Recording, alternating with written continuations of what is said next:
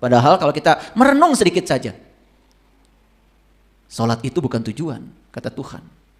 Sholat itu alat mencapai tujuan, dan tujuan sholat itu satu. Aqimis sholah, inna sholah, tanha anil fahsya wal munkar. Sholat itu sarana untuk bisa mencegah kamu supaya tidak berbuat keji dan munkar. Sudah sholat masih melakukan itu. Seorang petualang akan mengatakan, jangan-jangan sholat saya belum beres ini. Jangan-jangan sholat saya belum seperti yang diajarkan Rasulullah. Yes, saya mau keluar dari zona nyaman. Saya akan belajar ilmu baru. Karena kalau dengar ceramah saya, Bapak Ibu jadi sadar. Itu bahayanya. Itu bahayanya dengar ceramah saya. Karena ceramah saya bukan ceramah agama biasa.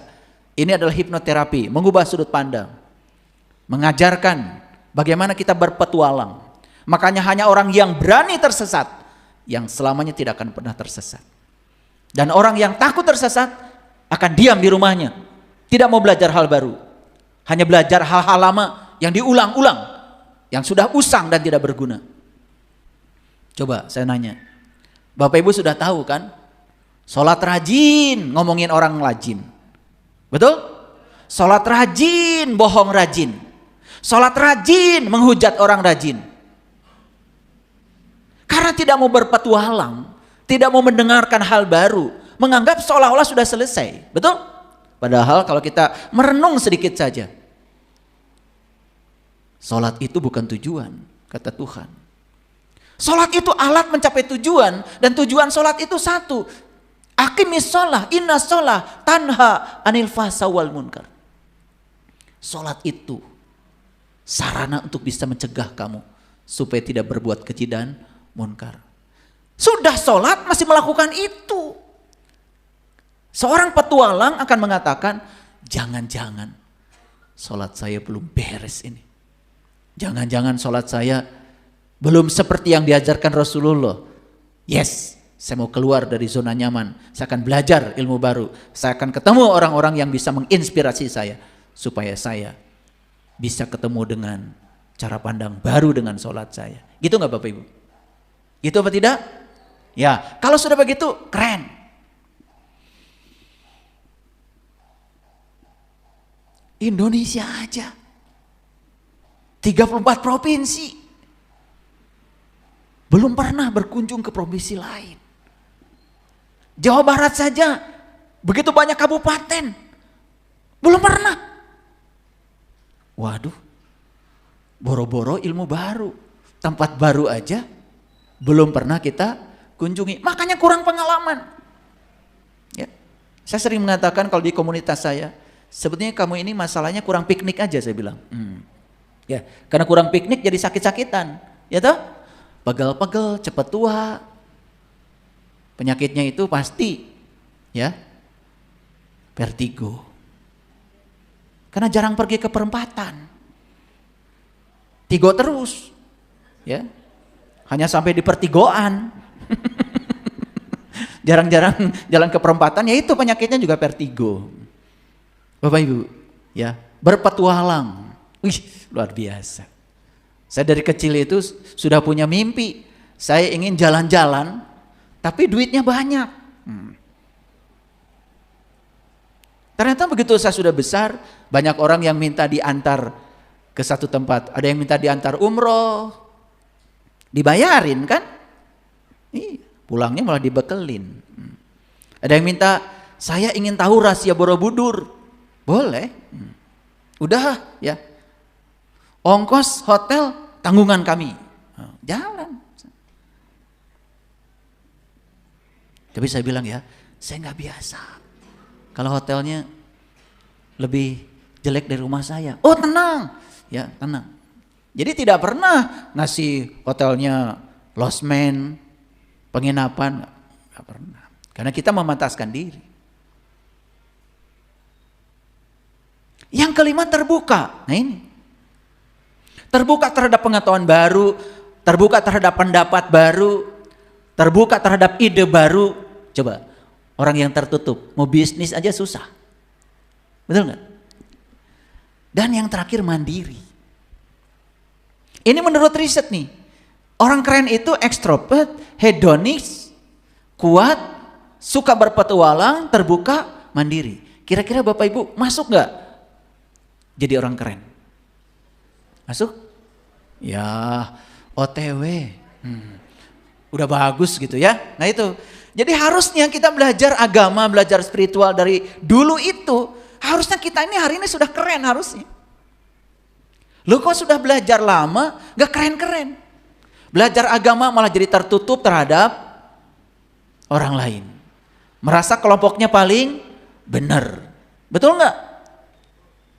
Betul apa tidak? Iya. Bukan mandiri, malah jadi cengeng. Bergantung pada orang lain. Bahagia aja harus bergantung pada situasi.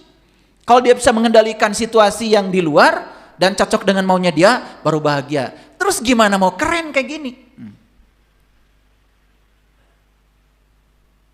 Saya curiga kayaknya nggak masuk deh yang keren. Oh masih ada pilihan, menurut riset ini masih ada pilihan. Nah ada orang baik. Nah ternyata di semua negara yang saya sebutkan tadi itu, mulai dari Chili ya sampai Amerika Serikat, ya dari 6.000 sampel yang diteliti itu, ternyata mereka mengidentifikasi orang baik menurut versi mereka itu cirinya ada 7. 1, memiliki ketenangan. Sudah punya nggak Bapak Ibu? Tenang itu kelihatannya bukan di sini. Di sini mah sedang berpura-pura tenang. Ketenangan itu akan kelihatan ketika ada badai yang datang. Kalau kita tetap tenang sebesar apapun badai, itulah ketenangan. Makanya hidup itu bukan mengusir masalah sebetulnya. Hidup itu belajar tenang sekalipun di tengah badai. Itu baru benar. Udah gitu belum? Oke. Saya nanya sekarang, kolbunya sudah tenang belum? Kata Quran, syarat kolbu tenang itu kata Quran, allazina amanu wa tatmainu qulubuhum bi zikrillah. Allah bi zikrillah tatmainul qulub. Kolbumu akan tenang kata Allah kalau kamu sudah bisa mengingat Allah. Allah bi zikrillah tatmainul qulub. Hanya dengan mengingat Allah kolbumu menjadi tenang. Boro-boro ingat Allah. Tahu Allahnya saja belum. Jumpanya saja belum. Padahal di Quran surat Al-Ankabut ayat 5 dikatakan, man kana yarju liqa Allah fa inna ajalallahu la'aj wa huwas samiul alim. Barang siapa yang berharap jumpa dengan Allah, waktu yang dijanjikan pasti datang.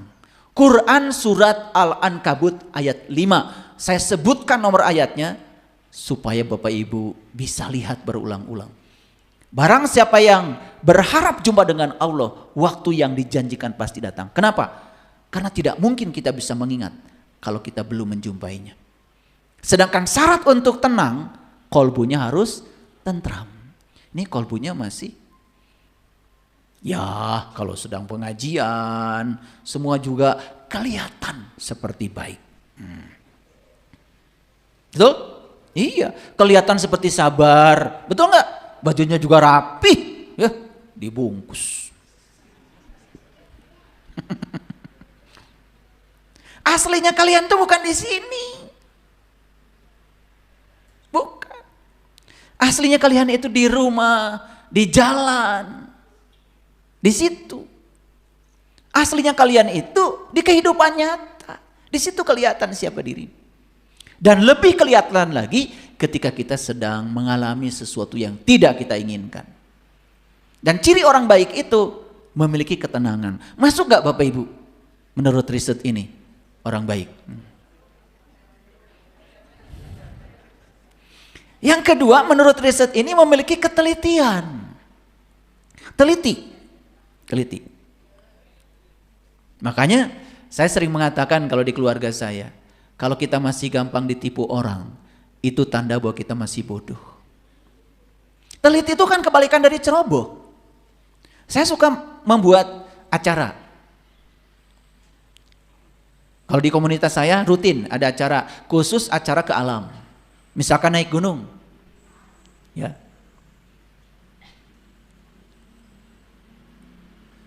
Saya bilang ketika mau jalan, perhatikan satu langkah di depan, itu aja. Kalau habis naik gunung kalian jatuh, kalian tertusuk duri, ada luka di kaki, itulah hidupmu, saya bilang. Jadi saya membaca karakter dia dari cara jalan aja, udah kebaca. Kalau orang yang teliti, gak mungkin ketusuk duri. Bayangkan, satu langkah di depan aja, dia sudah tidak waspada. Karena dia sedang memikirkan 1000 langkah. Pengen cepet sampai, pengen paling duluan, akhirnya buru-buru. Coba, karena buru-buru, dia gak teliti. Akibatnya apa? Kalau di peserta itu ada yang ketusuk duri aja, pasti saya panggil. Kamu hidupnya belum beres. Awalnya nggak nerima sama saya. Gimana soal ketusuk duri aja bawa-bawa hidup katanya. Itu gambaran. Teliti. Kalau dapat ilmu teliti. Dapat kajian teliti.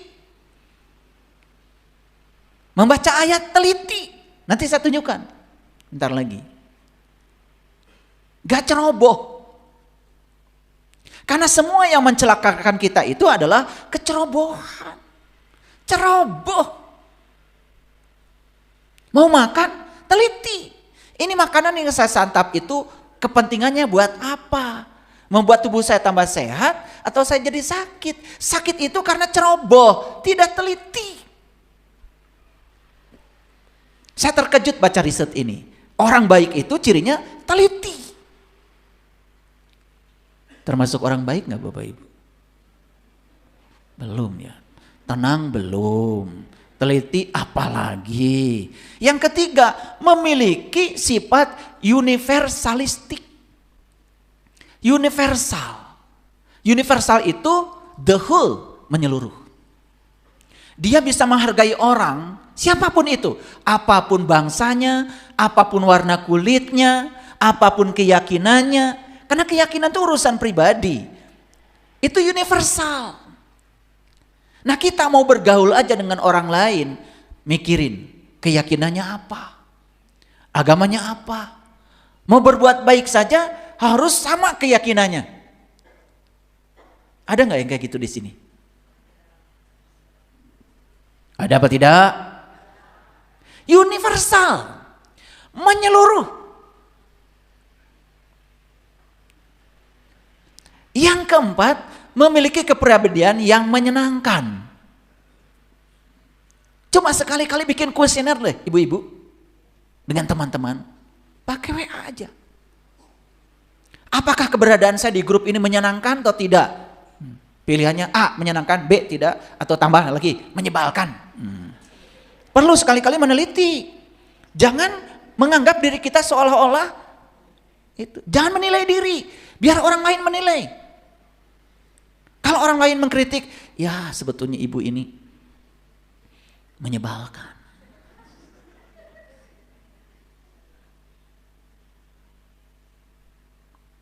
Karena setiap datang selalu mengeluh, cerita keburukan orang, menceritakan kegagalan, ketiadaan uang, ingin dapat simpati dari orang. Ih, pika sebelun.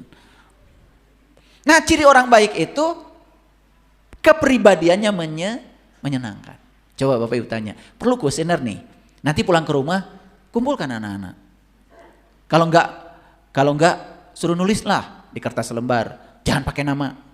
Riset begitu. Apakah ibu di rumah ini menyenangkan atau menyebalkan? Biar mereka sekali-kali ngomong.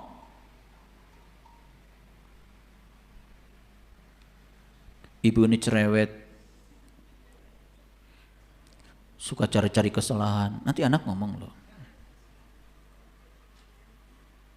Saya punya cucu 10 tahun. Saya ajak dialog.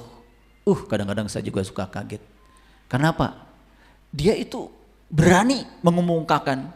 Karena kita sudah bilang, kalau Yayah panggilnya kakeknya nih Yayah. Gak boleh panggil kakek, biar saya merasa muda. Jadi kalau anak saya panggilnya ayah, kalau cucu-cucu panggilnya Yayah. Gitu. biar saya merasa muda. Karena merasa muda itu kekuatan. Panggil kakek, ntar pakai tongkat. Betul nggak? Jadi saya suka buka forum gitu. Ya, coba dari Yayah apa yang tidak disukai sama Aji? Sering kaget itu. Karena apa? Kita mengatakan seolah-olah sudah begitu sempurna di depan cucu. Karena merasa sudah menumpahkan cinta kasih. Ternyata ada sisi-sisi yang kita tidak bisa baca. Dan itu dikemukakan. Coba sekarang anak-anak di rumah, biarkan mereka berani mengkritik kita. Yang kelima, selalu menimbulkan rasa aman.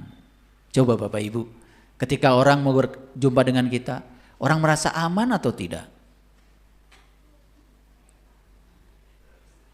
Merasa aman tidak? Jangan-jangan anak-anak aja tidak merasa aman dengan orang tuanya. Yang keenam, bersifat tradisional. Nah ini yang mengejutkan dari riset ini. Bersifat tradisional. Tradisional itu kan artinya menjunjung tinggi nilai-nilai budaya di mana dia tinggal.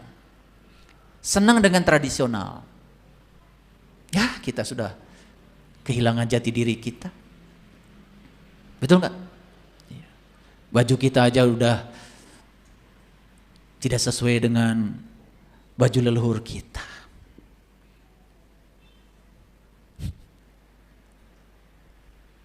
Senangnya yang modern. Barijeng teu pararuguh. Dan yang ketujuh bersifat konformis. Cenderung berperilaku sesuai dengan norma, adat istiadat atau harapan kelompok sosialnya. Bapak Ibu, saya sebetulnya mengemukakan ini sebagai basic, sebagai data. Sehingga pertanyaannya sekarang, dari data ini kira-kira kita termasuk keren atau baik? Atau tidak keren sekaligus tidak baik? Coba. Sudah bisa menangkap? Ya udah ya. Nanti ini kan nanti juga akan di-share di YouTube. Jadi Bapak Ibu bisa dengar lagi. Ini mendengarnya perlu dengan hati, dengan kejujuran, dengan kelembutan. Kalau mau berubah. Kalau mau berubah. Tapi kalau mau gitu-gitu aja, ya sudah. Nggak usah dengarkan kajian saya. Nah, kita masuk sekarang. Itu kan tadi baru prolognya. Bapak Ibu sudah tidak asing lagi kan dengan ayat ini? Tidak asing kan? Oke. Tapi sekarang cobalah melihat ayat ini dengan kesadaran. Yuk saya bacakan perlahan ya. Allahu la ilaha illa huwa al-hayyu al-qayyum. Saya coba penggal-penggal supaya kita melihatnya dengan kesadaran. Karena Bapak Ibu sudah terlalu sering baca ayat ini, saking seringnya ya buat mengusir hantu. Ya. Buat mengusir dedemit gitu ayat ini. Maka ayat ini kehilangan makna terdalamnya. Coba kita baca. Pelan-pelan ya bacanya. Allahu la ilaha illa huwa. Oke, sampai situ aja. Jadi kata pertama adalah Allah.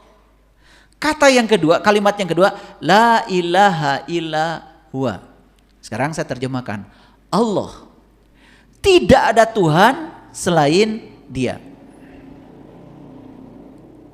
Bisa nggak kita mengatakan tidak ada Tuhan selain Dia kalau kita belum tahu dan kenal kepada Allah?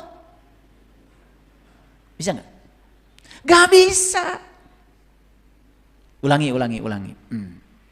Dulu waktu kalian masih muda, saya panggil kalian ya, dulu waktu masih muda, sedang belajar merayu, masih ingat ya kata-katamu? Hanya dirimu yang ada di hatiku. Gombel kan? Tapi maksud saya bukan itu. Coba, hanya dirimu yang ada di hatiku. Mungkin gak kita mengucapkan kalimat itu Kalau orangnya aja kita nggak kenal. Mungkin? Nggak mungkin. Tidak mungkin kita mengatakan hanya dirimu yang ada di hatiku. Kalau kita tidak kenal siapa dia. Betul nggak? Jadi kalau saya waktu baca ayat kursi, saya terhenti di kalimat Allah. Diam aja saya di situ. Nggak seperti Bapak Ibu, lancar. Langsung Allahu la ilaha illa huwal hayyul qayyum. Bahkan dibaca setiap sholat. Saya tidak pernah menggunakan ayat ini untuk mengurusi hantu.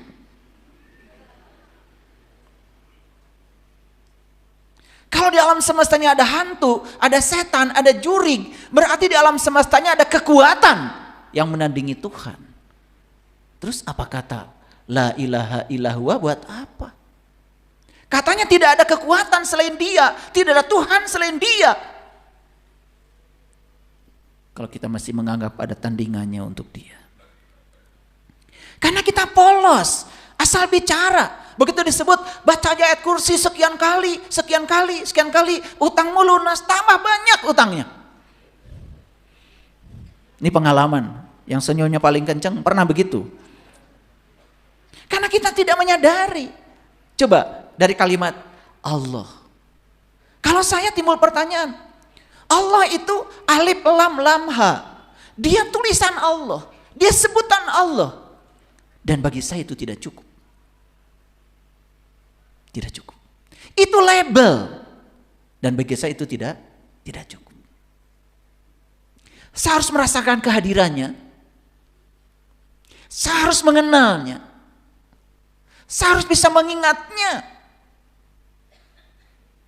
Gitu gak Bapak Ibu ngaji? Makanya cepat ya Bapak Ibu ngajinya ya.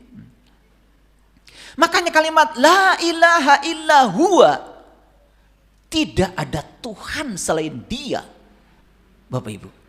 Kata dia itu harus ada. Kata dia itu harus ada alamatnya. Kemana? Tapi karena sampai hari ini kita tidak mengenalnya. Sampai hari ini kita tidak berusaha mengenalnya. Bahkan merasakan kehadirannya saja. Nyaris tidak ada waktu. Maka yang keluar dari mulut ini. Hanya kata-kata yang kosong. Yang tidak ada maknanya.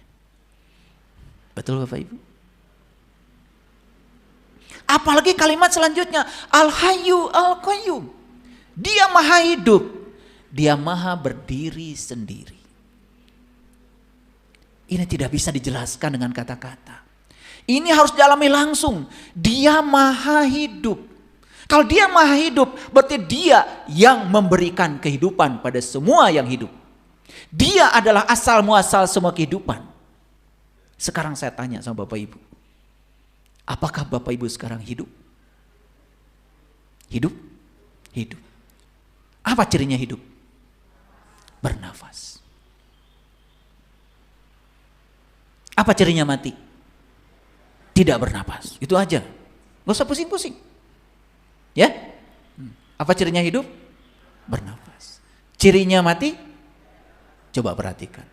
Napas itu kan masuk, tinggal keluar. Masuk lagi, tinggal keluar. Betul? Ada saat gak di mana napas keluar? Ada. Berarti ada gak saat di mana kita mati? Ada. Sebetulnya kita itu sekarang sudah hidup, mati, cuma tidak disadari. Makanya ada saat di mana saat napas keluar, gak masuk lagi. Kan disebut dia telah menghembuskan napas yang terakhir. Namanya apa? Mati. Karena mati itu sederhana. Napas keluar gak masuk lagi, gitu aja. Paham? Paham? Masih takut dengan mati? Lah kita sudah mengalaminya. Nah sekarang pertanyaan. Apa yang membuat kita hidup? Nafas. Berarti nafas itu apa? Nafas itu adalah sumber kehidupan. Betul? Jadi menyadari nafas saja, itu sudah menyadari keberadaan dia yang maha hidup. Makanya hampir semua pelajaran spiritual diawali dengan menyadari nafas. Coba Bapak Ibu ketika sedang kusut pikiran, duduk tenang, tarik nafas perlahan. Rasakan sang hidup masih bersama kita. Rasakan beberapa saat dia tinggal. Rasakan dia keluar. Kenapa? Jangan lupa, napas yang kita ambil bisa jadi adalah napas yang pernah dikeluarkan dari orang lain dan tinggal di tempat ini. Artinya kita ini terhubung dengan semua orang. Makanya napas kita keluarkan dulu biar dipakai orang lain, tarik lagi. Jadi kita dengan orang lain itu saudara. Saudara. Bagaimana kita bisa menyakiti orang? Bagaimana kita merendahkan orang? Bagaimana kita bisa menghujat orang? Coba perhatikan, bajunya macam-macam. Kerjanya menghujat orang karena berbeda. Ngakunya ulama. Mengerikan. Apa yang mau kita tiru dari dia? Sedangkan orang baik menurut penelitian tadi bersifat universalistik. Dia bisa menerima semua orang apa adanya. Itu baru orang baik.